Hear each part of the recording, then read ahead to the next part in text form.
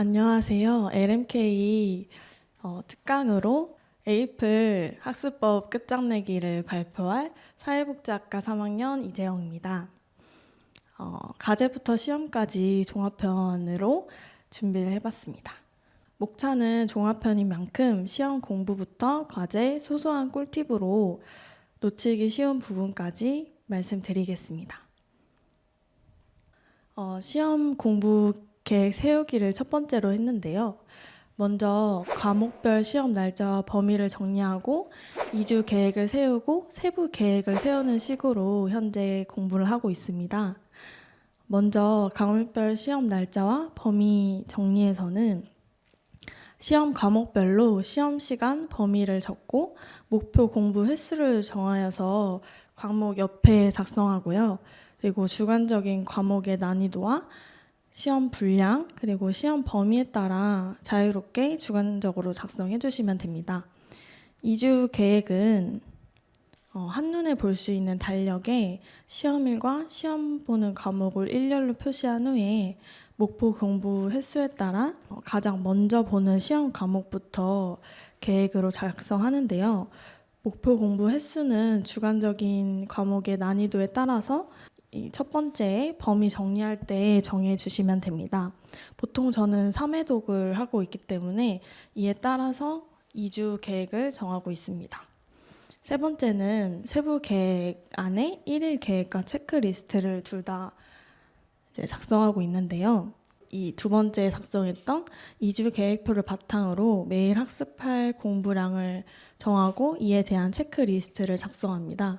저의 경우 3회독을 하기 때문에 과목별로 3개의 체크리스트가 생긴다고 생각하시면 됩니다. 여기에서 제가 처음에는 인간 과제나 시험 대체 과제 일정을 고려하지 못해서 2주 계획을 세웠는데 실질적으로는 2주를 다 못했던 경험이 있어서 과제 일정도 꼭 고려해 주시는 것이 좋을 것 같습니다. 그래서 제 예시를 하나 가져왔는데요. 먼저 3회독을 할 때 1회독은 그냥 눈으로 술렁술렁 보는 편이고 2회독부터는 중요한 내용을 표시해서 머릿속에 이제 내용을 이해하고 3회독은 옆에 노트를 두고 중요 내용을 표시했던 것을 정리하는 식으로 하고 있습니다. 그래서 이러한 정리본을 바탕으로 시험 전날에는 제가 정리한 정리본만 보고 모르는 건 그때그때 수업 시간에 질문해서 나의 정리본에 포함해 두는 것이 좋습니다. 여기서 중요한 게 깔끔하거나 이쁘지 않아도 되는 게 제가 굉장한 악필인데도 저만 이해할 수 있고 제가 작성한 것이면은 어떠한 정리본도 괜찮습니다. 두 번째는 과제인데요. 과제도 이제 개인과 조별 과제가 나눠져 있어서 이것도 한번 나눠서 작성을 해보았습니다. 먼저 놓치기 쉬운 부분이라고 생각하는데 가장 먼저 강의 계획서를 보고 교수님이 뭔가 이 수업의 목적이라든지 주제가 무엇인지 대략적으로 파악하는 것이 중요한데요. 이거는 제가 작년에 공부했던 의료사회복지론 교과목 강의 계획서입니다. 의료사회복지 이 학습 목표에 보면 다양한 의료 환경과 의료사회복지사에게 요청되는 전문적 지식, 실천, 그리고 윤리적 태도에 대해 학습한다고 했는데 실제로 그 과제물에서도 관련 과제가 나와서 이걸 토대로 제가 작성했던 경험도 있습니다. 그리고 이제 학습 평가 방법을 확인하면 출석과 보고서 그리고 중간고사, 학기말 시험, 발표 이렇게 비율이 각각 적혀져 있는데요. 보통은 시험이 가장 비율이 높은데 과제물 비율을 보시면 꽤 높은 것을 확인할 수 있습니다. 해당 과목은. 그래서 과제물 비율도 고려하면서 어떻게 계획을 세워야 할지 체계적으로 잡는 것이 중요할 것 같습니다. 그리고 보고서 과제인데요. 보통 보고서 과제를 내줄 때 목차를 정해주는 교수님도 있지만 정해주지 않고 자유 형식으로 과제를 내주시는 경우도 있습니다. 그럴 경우에도 반드시 서론과 본론과 결론을 갖춘 보고서를 작성하는 게 좋은 학점의 중요한 포인트라고 생각합니다. 먼저 서론을 작성할 때는 가장 먼저 나오는 단락이기 때문에 보고서의 목적이나 주제를 나타내고 본론의 내용에서 말하고자 하는 바를 요약하거나 선택 동기, 문제점 제시 등의 본문의 내용을 돕는 데 중점을 두고 작성해야 합니다. 본론에서는 신뢰도가 있는 자료를 바탕으로 합리적인 근거를 제시해서 표나 그래프의 이미지를 활용하는 것이 좀 더 풍성하고 이해도를 높이는 방향으로 구성할 수 있다고 생각합니다. 그리고 결론도 마무리를 맺는 단락이기 때문에 서론에서 작성한 질문이나 생각 등에 대한 답변이나 전망을 작성하는 것이 중요한데요. 여기에서 한계점이나 보완점을 제시하는 것이 가장 베스트라고 생각합니다. 단 추상적이거나 너무 주관적으로 작성하지 않도록 유의하는 것이 좋습니다. 이제 제가 이거는 1학년 때인가 2학년 때 작성했던 건강가정론에서 건강가정기본법의 조문 분석 보고서 과제를 제가 직접 작성했던 예시를 가져온 건데요. 먼저 서론을 보면 현대사회에 빠른 가족의 변화를 담아내지 못하는 조항이 있다는 점이 건강가정기본법이 지적을 받고 있는 사항이며 본론에서는 건강가정기본법의 조문 중 의미가 있다고 생각하는 것과 변화가 필요한 조문을 나누어 살펴보고자 한다고 작성했습니다.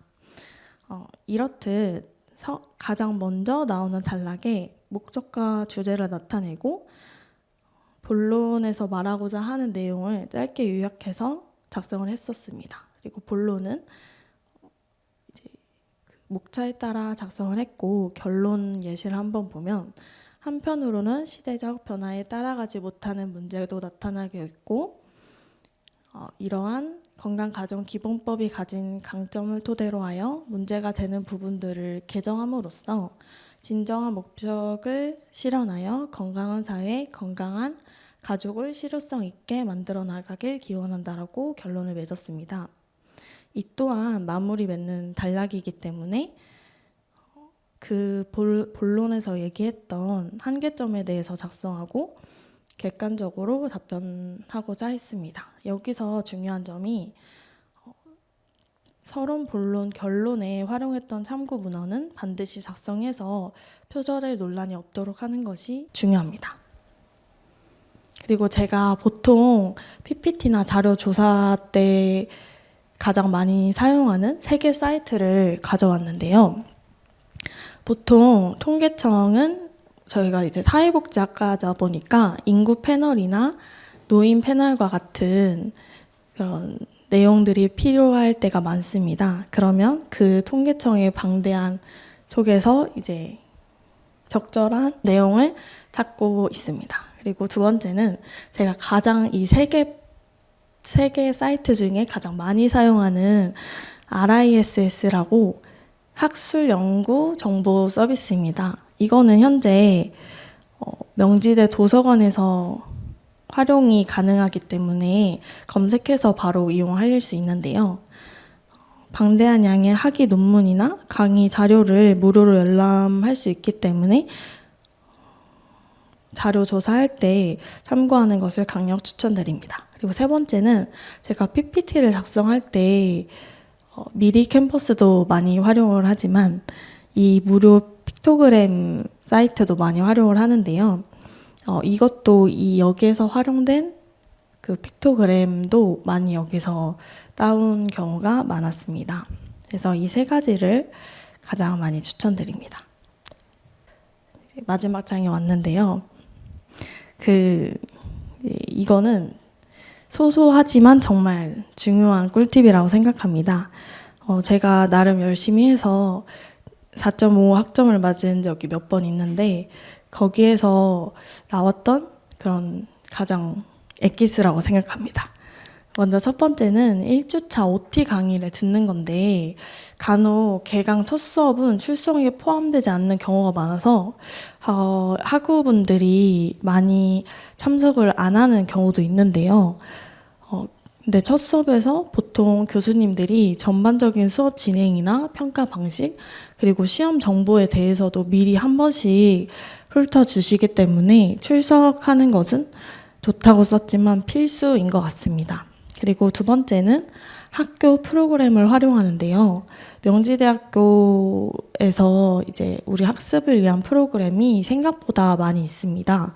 먼저 스터디 그룹을 지원해서 제가 현재 그 학우분들과 명지 배움 품앗이라는 활동을 하고 있는데요.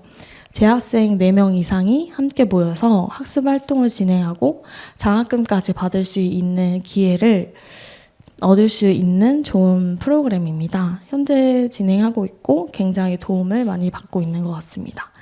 두 번째는 멘토링 활용인데 선배에게 대학 생활을 공유받거나 학습 지도를 지원받을 수 있다는 점에서 굉장히 좋습니다. 이게 이번에는 제가 멘토 신청을 했었는데 멘티가 없어서 제가 결국에는 진행하지 못했던 프로그램인데요. 많이 이제 홍보가 돼서 활용이 됐으면 좋겠습니다. 지금까지 에이플 학습법을 발표한 사회복지학과 3학년 이재영이었습니다. 감사합니다.